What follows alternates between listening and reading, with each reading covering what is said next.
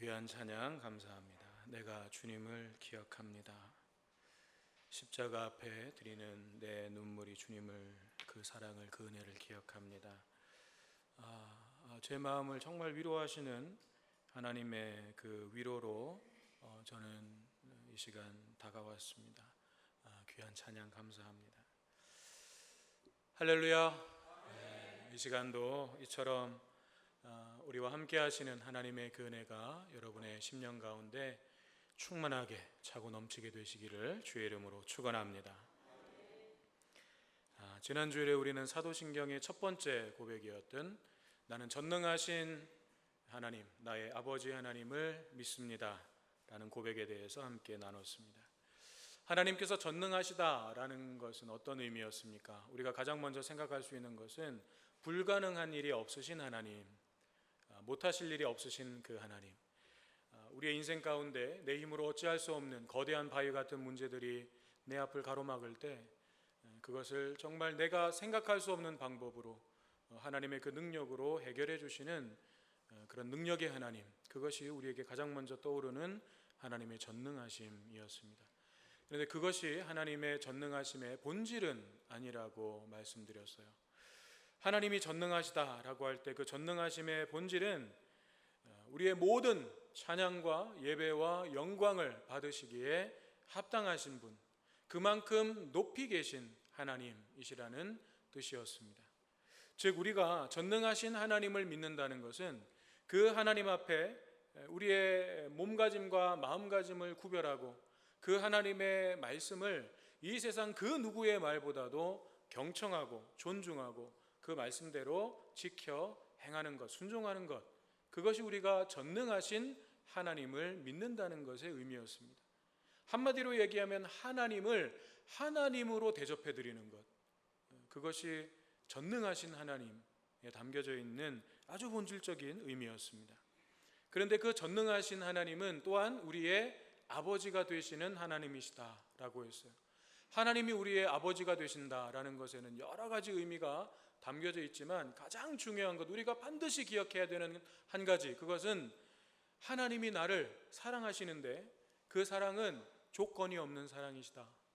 내 믿음의 모습이 어떠한가에 따라서 달라지는 사랑이 아니라 그런 것과는 상관없이 나를 사랑하시는 변함없으신 하나님의 사랑, 그것이 아버지 하나님에 담겨져 있는 의미였습니다. 우리가 이 사랑을 늘 기억하고 또 그 사랑을 확신하면서 살아가는 것, 그것이 하나님 아버지를 믿는 믿음이었습니다. 자, 이제 오늘 우리가 함께 나눌 내용은 나는 천지의 창조주를 믿습니다. 하나님은 천지의 창조주이십니다 라는 고백입니다.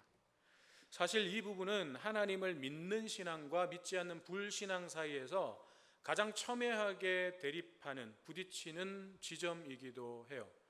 세상은 과학이라고 하는 이름하에 진화를 이야기를 하죠. 그래서 하나님의 존재 자체를 부정하고 하나님의 창조를 인정하지 않습니다. 그러나 우리는 하나님이 이 천지 만물과 우리를 창조하셨다고 고백합니다. 그런데 문제는 뭐냐면 하나님을 믿는다고 하는 그리스도인들 중에서도 많은 분들이 이 하나님의 창조에 대해서 분명한 믿음, 확신을 가지지 못하고 있다는 거예요. 분명하게 확신하지 못하고 있다는 거예요. 여러분 어떠십니까? 여러분은 하나님께서 천지의 창조주이심을 믿으십니까? 진실로 그렇게 믿으십니까? 여러분이 만약 하나님을 믿는다고 고백하면서 하나님의 창조는 믿지 못한다면 그것은 사실 하나님을 믿지 않는 것입니다. 다시 말씀드리지만 그건 하나님을 믿지 않는 것입니다. 성경은 제일 먼저 태초에 하나님이 천지를 창조하시니라 라고 선포하면서 시작됩니다. 이 창세기 1장 1절은 우리의 이해나 동의를 구하는 구절이 아니에요. 선포입니다. 네가 믿든지 안 믿든지 선택하라는 거예요. 이것 좀 믿어줄래? 이렇게 이해해줄래? 이렇게 좀 동의해줄래?가 아니라 하나님이 천지를 창조하셨다라고 선포하고 시작되는 것입니다. 이것을 믿느냐 믿지 않느냐, 둘 중 하나밖에 없는 거예요. 또 이 창세기 1장 1절을 믿지 못하면 그 뒤에 나오는 모든 성경의 내용도 믿을 수 없다는 뜻이기도 합니다. 내가 하나님을 믿는다는 것은 하나님의 말씀인 성경의 모든 내용을 믿는다는 거잖아요. 그런데 창세기 1장 1절 성경의 제일 첫 구절부터 믿지 못하면서 뒤에 나오는 내용들을 어떻게 믿을 수가 있어요? 창세기 1장 1절을 믿지 못하면서 다른 성경의 내용들을 믿는다고 하면 그건 바른 믿음이 아니죠. 창조주 하나님은 못 믿겠는데 나를 구원하신 예수 그리스도 그분은 믿겠다. 이건 말이 안 되는 거예요. 창조주 하나님은 믿겠는데 내 삶을 인도하시고 내 삶에 은혜를 베푸시는 나의 목자가 되시는 하나님은 믿습니다. 거짓말이에요. 앞뒤가 안 맞는 거예요. 창조주 하나님을 믿지 못하면 그 뒤에 나오는 모든 성경의 내용도 내가 믿지 않는 거예요.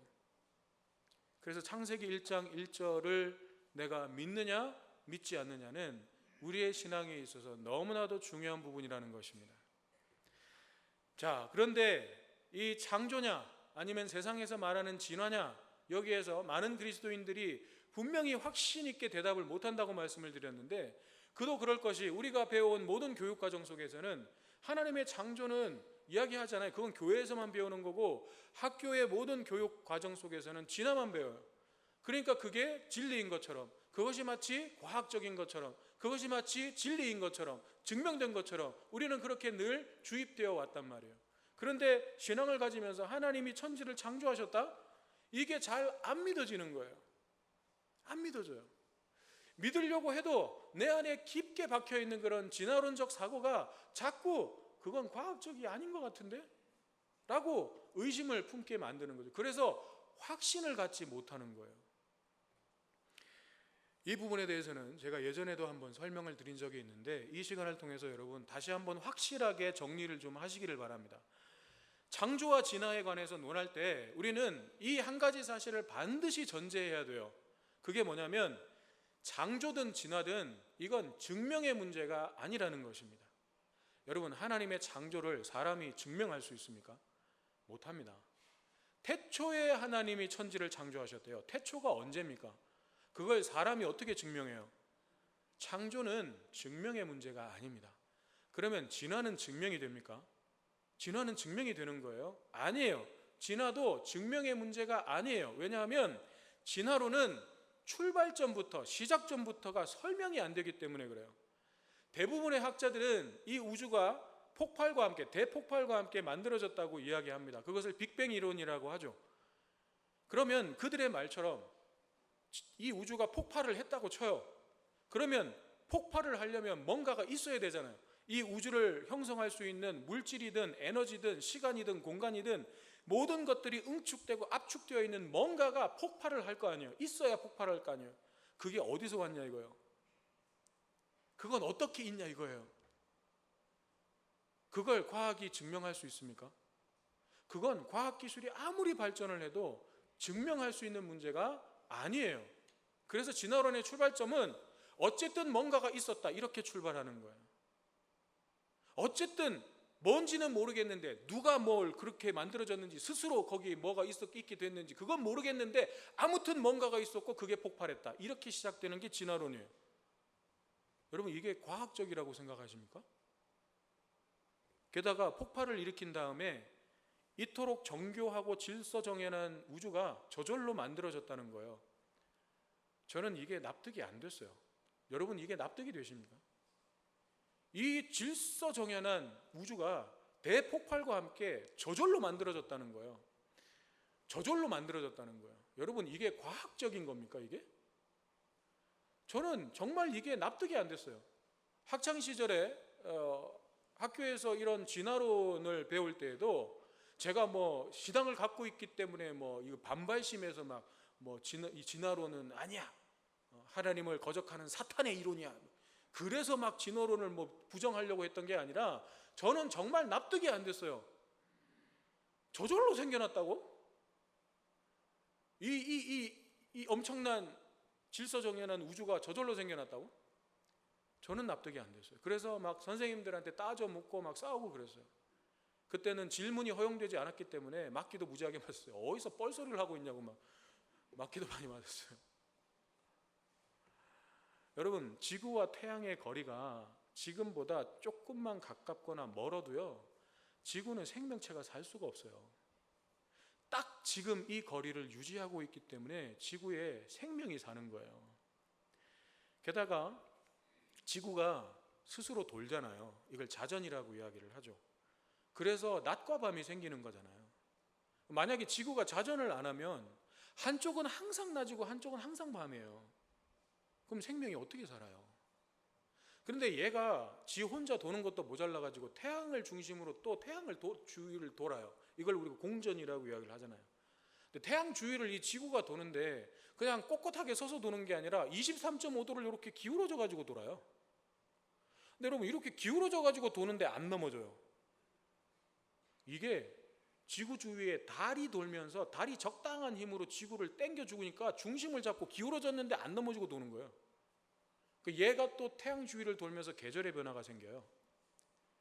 여러분, 요 며칠 완전히 날씨가 달라진 거 느끼시죠? 아침 저녁으로 뭐지? 어느 순간 여름이 지금 가고 있고 가을이 오고 있음을 우리가 피부적으로 느끼는 거예요. 저는 이럴 때마다 정말 감탄해요. 어떻게 이렇게 정확하게 그 시기가 되면 자연스럽게 바뀌는 걸까? 너무나 정확한 거예요. 너무나 정확한 거예요. 또 지구 주위를 달이 돌고 있잖아요. 달이 지구를 좀 당겨요. 지구도 달을 당겨요. 딱 적당한 위치를 가지고 돌고 있어요. 달이 지구를 당기니까 바다에서 밀물과 썰물이 일어나는 거예요. 그래서 바다가 순환이 되는 것이고 갯벌이 생기는 것이고 갯벌에 수많은 생명들이 살아가는 터전이 만들어지는 거예요. 여러분, 조금만 생각해 보면 이토록 정교하고 질서 있는 우주가 그냥 만들어졌다고요? 저절로? 저는 납득이 안 됐어요. 그리고 여러분, 진화론이라는 것이 조금만 생각해 봐도 한계가 드러나는 것이, 진화를 했다고 쳐요.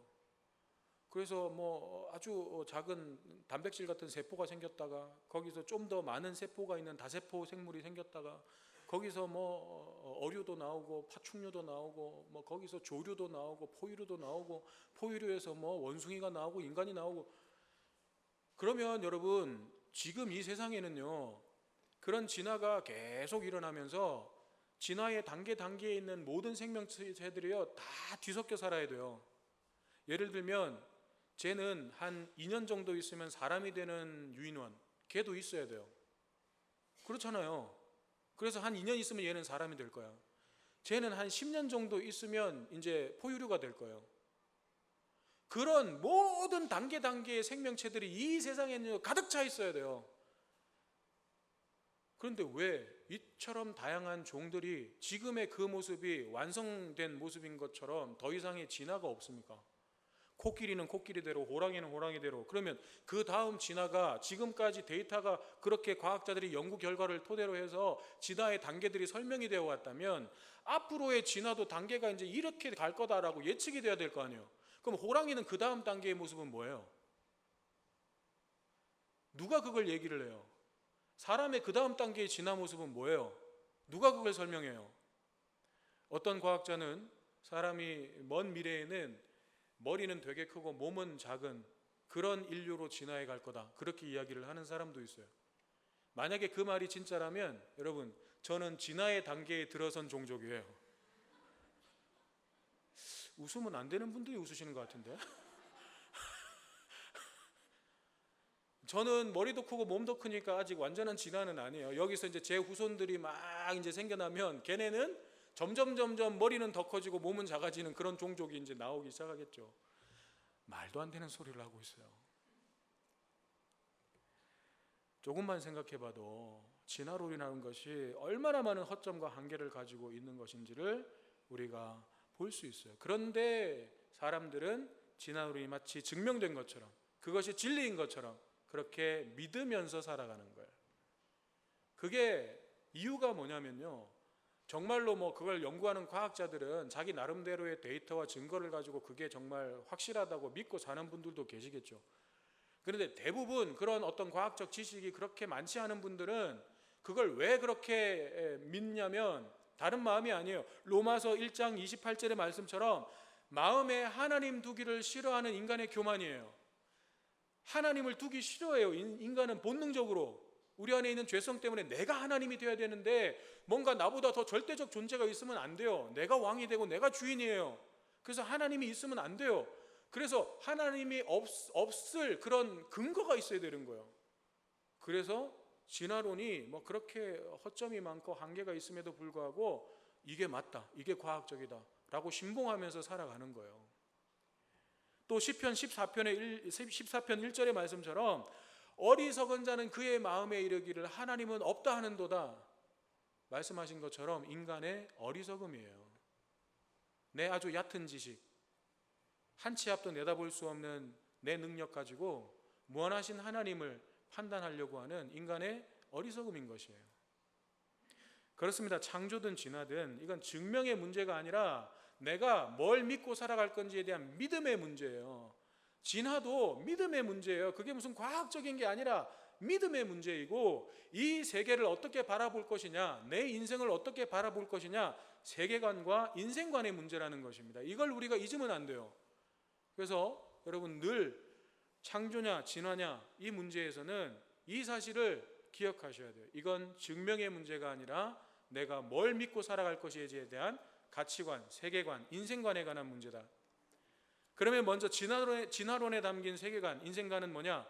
모든 것이 다 우연의 산물이에요. 모든 것이 우연히 다 생겨난 거예요. 폭발을 한 것도 우연이고, 걔네가 스스로 이렇게 뭉쳐서 이렇게 우주가 된 것도 우연이고, 그 안에서 유독 지구에만 생명체가 살 수 있는 환경이 조성된 것도 우연이고, 그 안에서 생명체가 태어나서 진화돼서 오늘날 사람이 태어난 것도 다 우연이에요. 그러면 그 과정 속에서 나라고 하는 존재도 이 세상에 왜 존재하냐, 왜 살아가냐, 어쩌다 보니까 태어난 거고, 태어났으니까 어쩔 수 없이 살아가는 거예요. 그게 인생을 바라보는 인생관이에요. 세상을 그렇게 우연히 생성된 것이라고 보는 세계관 속에서는 나는 어쩔 수 없이 우연히 태어나서 살아가는 인생인 거예요. 그래서 그런 인생관을 가지고 살아가는 사람들은 결국 자기 나름대로의 답을 찾을 수밖에 없어요. 내가 왜 살아가는지. 거기에 대한 나름대로의 답 뭐예요? 자기 자신이에요. 자기 자신을 위해서 살아갈 수밖에 없는 거예요. 내가 원하는 대로, 내가 하고 싶은 대로 자신의 욕심을 채우기 위한 그런 삶의 목적을 가지고 살아갈 수밖에 없는 것입니다. 그러다가 결국에는 마지막 결론은 뭐예요? 아, 인생 참 허무하네, 인생 참 별거 없었네 라는 것으로 결국 끝나게 되는 거죠. 하지만 성경은 그렇게 말씀하시지 않습니다. 성경은 하나님께서 온 세계와 사람을 창조하셨다고 선포합니다. 그러면 우리가 하나님을 창조주로 믿는다는 것은 어떤 의미인가?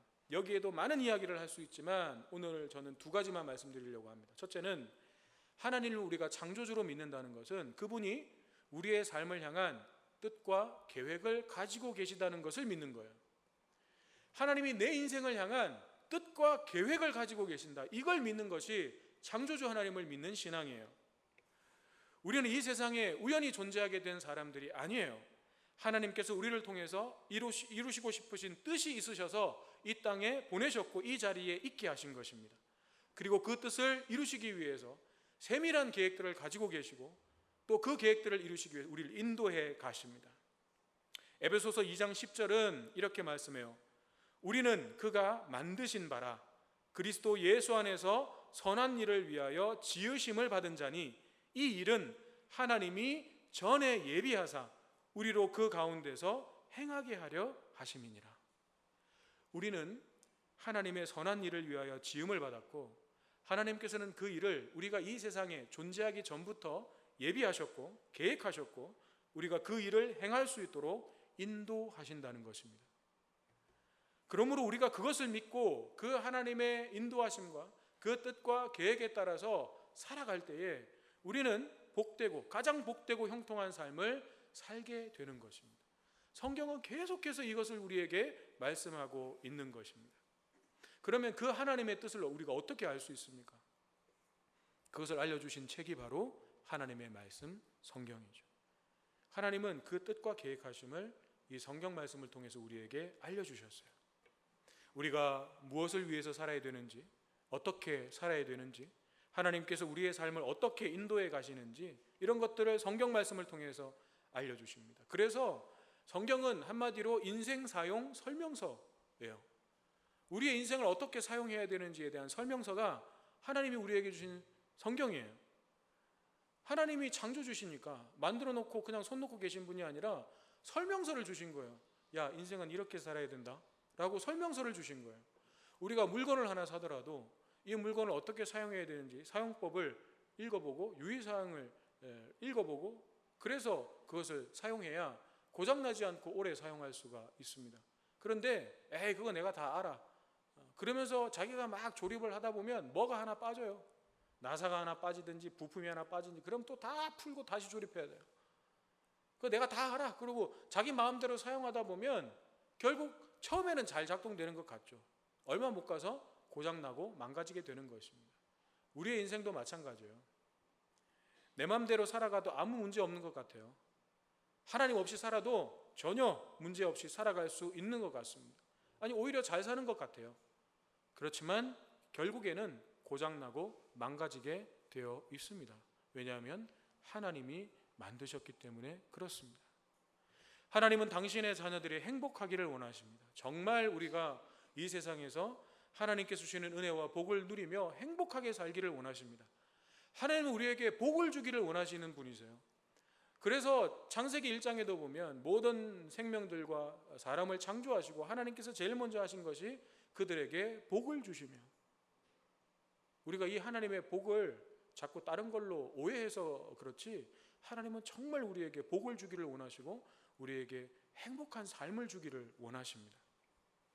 우리를 올가매고 짓누르는 모든 것들로부터 우리가 자유함을 얻기를 원하십니다. 그리고 그렇게 살아갈 수 있는 원리와 방법을 성경을 통해서 말씀해 주십니다. 그러므로 우리가 행복한 인생을 살아가는 비결은 다른 데 있지 않습니다.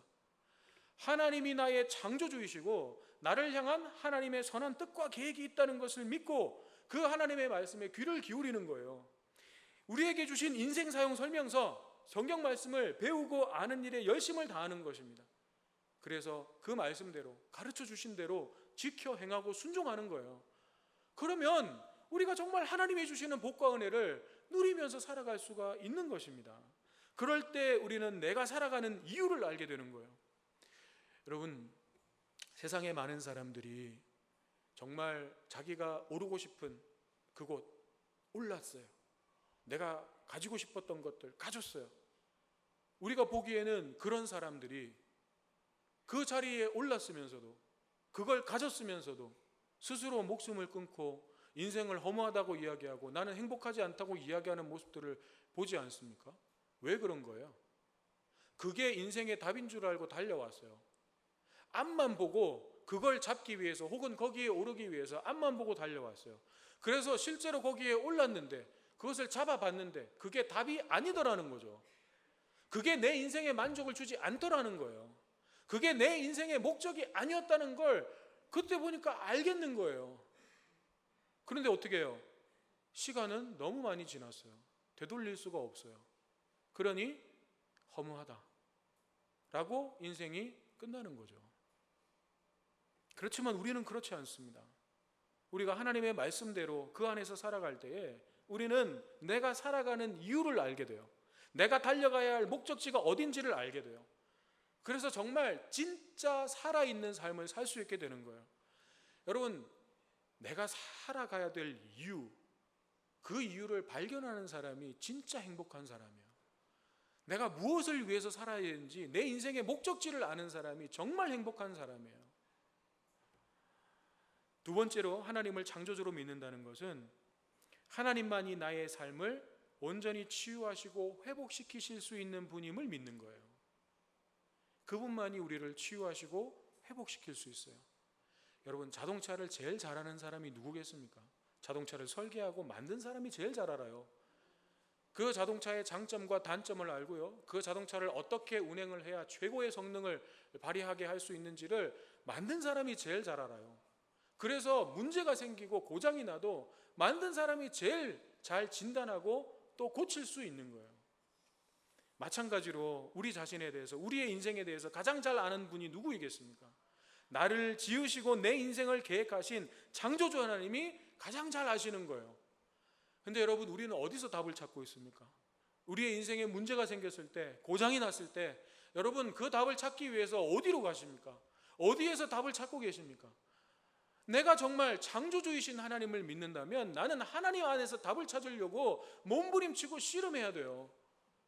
거기에서 답이 나온다는 걸 믿기 때문에 어떻게 해서든지 하나님 붙잡으려고 내가 몸부림쳐야 돼요. 근데 여러분, 우리는 인생에 문제가 생기면 어디서 답을 찾아요? 여러분, 어디서 답을 찾고 계십니까? 여러분, 정말 창조주 하나님을 믿으십니까? 다윗은 시편 139편에서 나를 너무나도 잘 알고 계시는 하나님에 대해서 노래하고 있습니다. 주께서 나를 살펴보셨으므로 나를 아시나이다.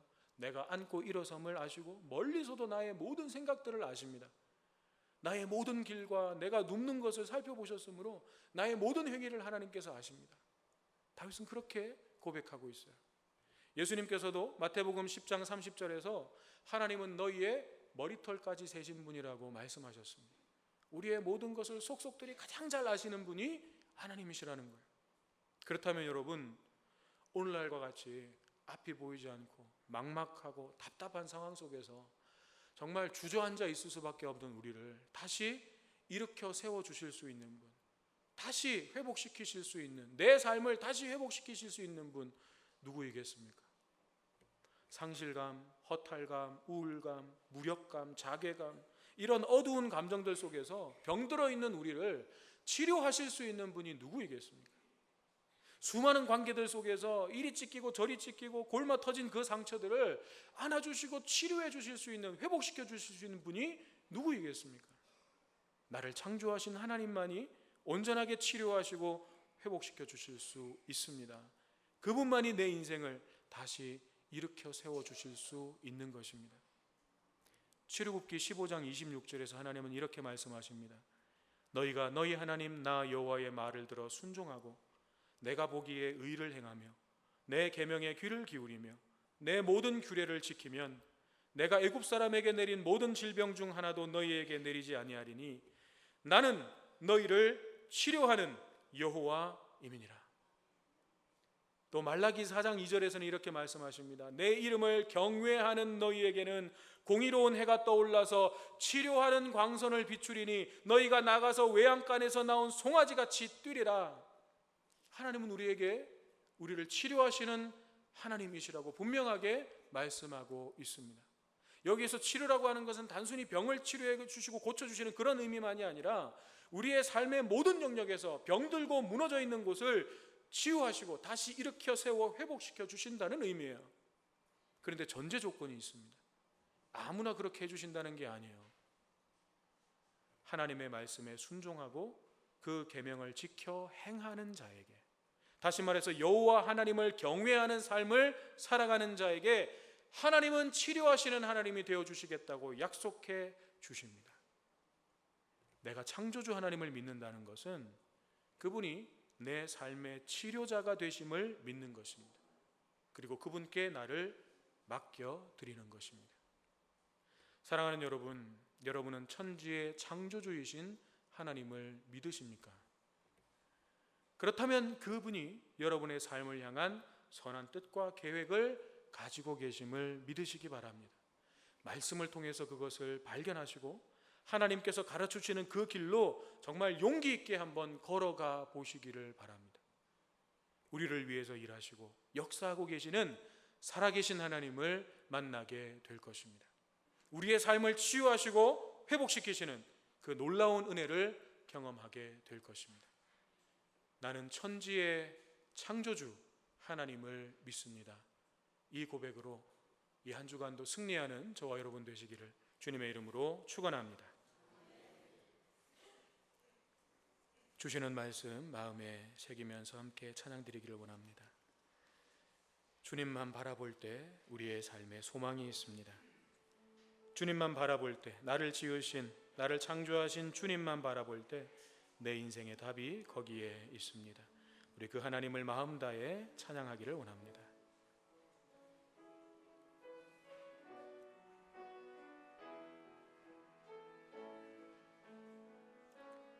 하나님의 사랑을 사모하는 자, 하나님의 평안을 바라보는 자, 너의 모든 것 창조하신 우리 주님이 너를 얼마나 사랑하시는지 하나님께 찬양과 경배하며